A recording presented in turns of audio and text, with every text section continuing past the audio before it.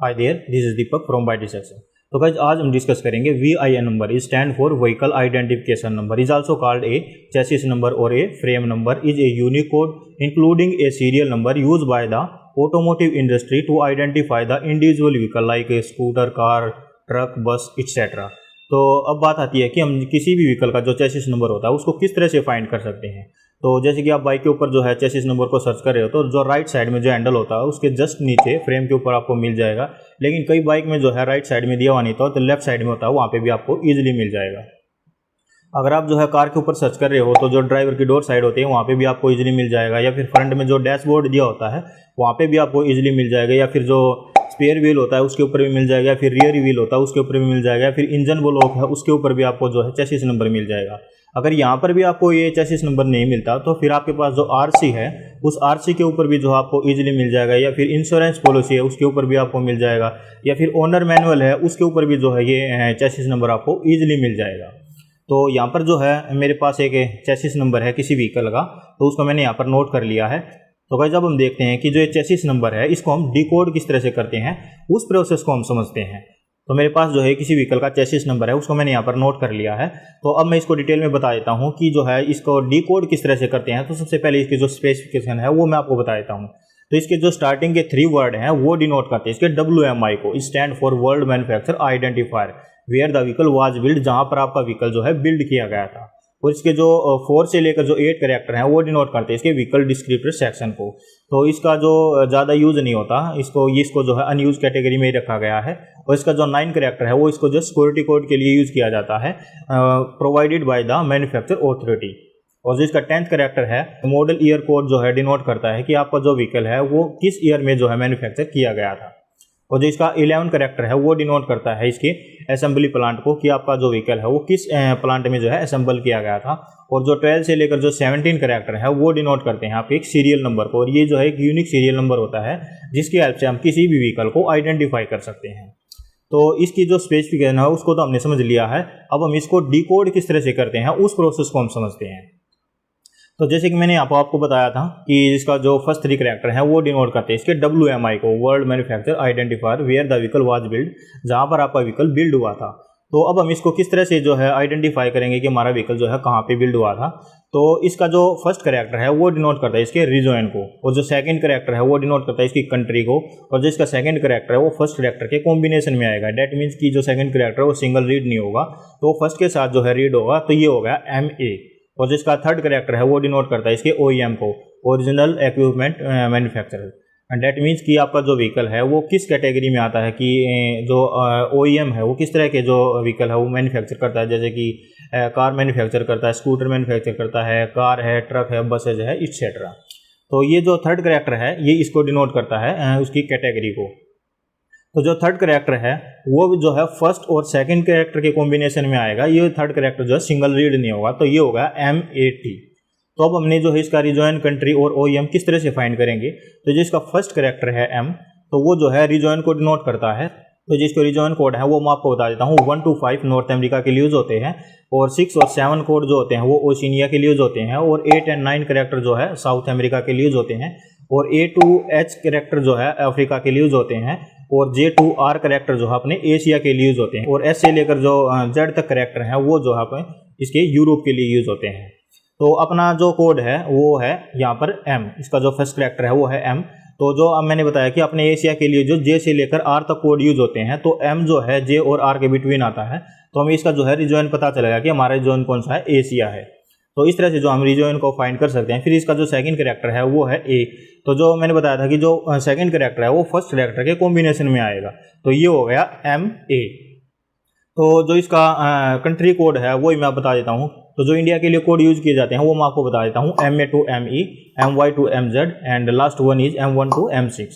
तो ये कोड जो है इंडिया के लिए यूज किए जाते हैं। तो इसका जो कंट्री कोड है वो भी हमने फाइंड कर लिया कि हमारा जो कंट्री है वो इंडिया है। तो MA, ये जो 2 कैरेक्टर हैं ये जो हमारे क्लियर हो गई, और जो थर्ड कैरेक्टर है वो T। अब हमने इसके जो OEM को फाइंड करना है, तो उसको हम किस तरह से फाइंड करेंगे। तो मैंने बताया था कि जो थर्ड कैरेक्टर है वो फर्स्ट और सेकंड कैरेक्टर के कॉम्बिनेशन में आएगा, तो ये होगा MAT। तो इसका जो कुछ WMI है इसके कॉमन नेम, जो कॉमन WMI हैं वो मैं आपको बता देता हूँ। तो M80 जो है इस कोड को जो है टाटा मोटर्स कंपनी यूज़ करती है, और जैसे कि MA1 हो गया इसको जो है महिंद्रा यूज़ करती है, MA3 हो गया इसको जो है मारुति सुजुकी यूज़ करती है, ये M80 है इसको टाटा मोटर्स यूज़ करती है, और MB1 है इसको जो Ashok Leyland limited company use करती है, MBL है उसको हीरो मोटोकॉर्प कंपनी यूज़ करती है, और ME3 जो है इसको रॉयल इनफील्ड कंपनी यूज़ करती है। तो इस तरह से जो हमने इसे WMI को आइडेंटिफाई कर लिया है, और इसका जो 4 कैरेक्टर है वो इसकी कैटेगरी को डिनोट करता है, और व्हीकल की जो कैटेगरी है उसको डिनोट करेगा, और जो इसका 5th कैरेक्टर है वो डिनोट करता है कि इसका जो इंजन का मूवमेंट है वो किस तरह का है, कि डेट मीन्स कि इसमें 50 सीसी का इंजन लगा हुआ है, 100 सीसी का लगा हुआ है, किस तरह का इंजन लगा हुआ है।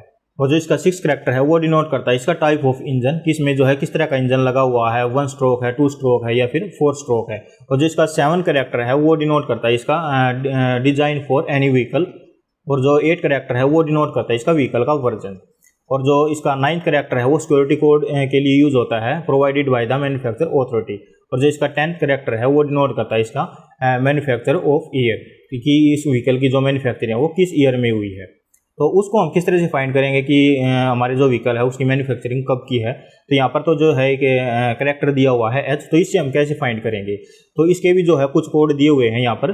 तो A से जो है स्टार्ट होगा 1980 ईयर, और A से लेकर Y तक जाएगा ये कोड, और Y पे आएगा 2000। तो इस तरह से जो है सीरीज में चलते रहेंगे A से लेकर Y तक, और A पे जो है 1980 है और Y पे रहेगा 2000। और इसके बिटवीन जो करेक्टर हैं वो कुछ करेक्टर मिसिंग भी रहेंगे, जैसे I, O, Q, U और Z, ये करेक्टर जो है मिसिंग रहेंगे। इसका जो यूज है ईयर ऑफ मैन्युफैक्चरिंग में नहीं किया गया। उसके बाद Y पे आया था 2000, और फिर जो है यहाँ से नंबर स्टार्ट हो जाएंगे, 1 से लेकर 9 तक जाएंगे। 1 पे आएगा 2001 और 9 पे आएगा 2009। तो इसमें भी जो है 0 मिसिंग रहेगी, और ये सीरीज में चलते रहेंगे। और इसके बाद जो है फिर A से स्टार्ट हो जाएंगे 2009 के बाद, जैसे 2009 के बाद आएगा 2010। तो इसके बाद जो है A से स्टार्ट होगा, A पे आएगा 2010, और इसी तरह से जो है Y तक जाएगी ये सीरीज, और Y पे आएगा 2030। तो इस तरह से जो है सीरीज में चलते रहेंगे। और जो करेक्टर मिसिंग है उसको एक बार मैं फिर से आपको बता देता हूँ, I, O, Q, U, Z और 0, ये करेक्टर जो है मिसिंग रहते हैं। इनका जो है यूज इस मैन्युफैक्चरिंग ऑफ द ईयर में नहीं किया जाता। तो अब हम इसको किस तरह से फाइंड करेंगे कि जो हमारा व्हीकल है उसकी मैन्युफैक्चरिंग कब की है। तो यहाँ पे जो करेक्टर दिया हुआ है वो है H। तो यहाँ पे टेबल में जो आपको शो रहा होगा कि जो H जो है उसके जस्ट बिल्कुल सामने जो है दिया हुआ है 2017। तो जो हमारे व्हीकल की जो मैन्युफैक्चरिंग है वो है 2017 की, कि हमारा व्हीकल जो है 2017 में जो है मैन्युफैक्चर किया गया था। तो इस तरह से जो हम किसी भी व्हीकल का जो मैन्युफैक्चरिंग ईयर है उसको जो है ईजिली फाइंड कर सकते हैं। अब जो इसका 11 कैरेक्टर है वो डिनोट करता है इसके असेंबली प्लांट को, और जो 12 से 17 कैरेक्टर हैं वो डिनोट करते हैं कि इसकी जो एक सीरियल नंबर होता है, एक यूनिक सीरियल नंबर है ये, इसी की हेल्प से जो हम किसी भी व्हीकल को आइडेंटिफाई करते हैं। तो इस तरह से जो हम किसी भी चेसिस नंबर को ईजिली डिकोड कर सकते हैं। अब यहाँ पर 2 चेसिस नंबर और हैं, उसके बारे में आपको बता देता हूँ। तो वो मैंने जो हाथ से यहाँ पर नोट कर लिए हैं। तो यहाँ पर जो चेसिस नंबर है वो है ME3। तो इनने इसके स्टार्टिंग के 3 कैरेक्टर देखने हैं। तो ये है ME3, फर्स्ट कैरेक्टर रीजन को डिनोट करता है, सेकंड कैरेक्टर कंट्री को, और थर्ड कैरेक्टर जो है OEM को। तो ये हो गया तीनों मिला के जो फर्स्ट स्टार्टिंग के 3 कैरेक्टर हैं वो हो गया ME3। तो मैंने बताया था कि WMI कॉमन नेम मैंने आपको बता दिए थे। ME3 जो है रॉयल इनफील्ड कंपनी यूज़ करती है इसको, ME3 को, इस कोड को। और इसका जो 10th कैरेक्टर है वो है K। तो यहाँ पे टेबल में जो आपको शो रहा होगा कि K के आगे जो है क्या है 2019। तो इसकी व्हीकल की जो मैन्युफैक्चरिंग ऑफ द ईयर है वो कब की है 2019 की। अब यहाँ पर एक चेसिस नंबर और है मेरे पास, यहाँ पे MBL। तो यहाँ पर इसके स्टार्टिंग के 3 कैरेक्टर हमने देखने। MBL फर्स्ट कैरेक्टर रीजन को डिनोट करेगा, सेकंड कंट्री को, और थर्ड जो है OEM को। तो ये हो गया MBL। तो इसको मैंने बताया था कि हीरो मोटोकॉर्प कंपनी यूज करती है, और इसका जो 10th कैरेक्टर है वो है 9। तो यहाँ टेबल में जो है 9 के आगे जो है 2009 जो है शो रहा है। तो इसकी मैन्युफैक्चरिंग ऑफ द ईयर जो है 2009 की है। तो इस तरह से जो हम किसी भी व्हीकल का जो चेसिस नंबर होता है उसको ईजिली डिकोड कर सकते हैं।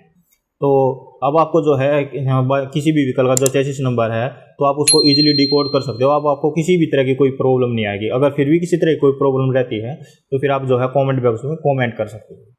तो इस वीडियो में सिर्फ इतना ही। Thanks for watching.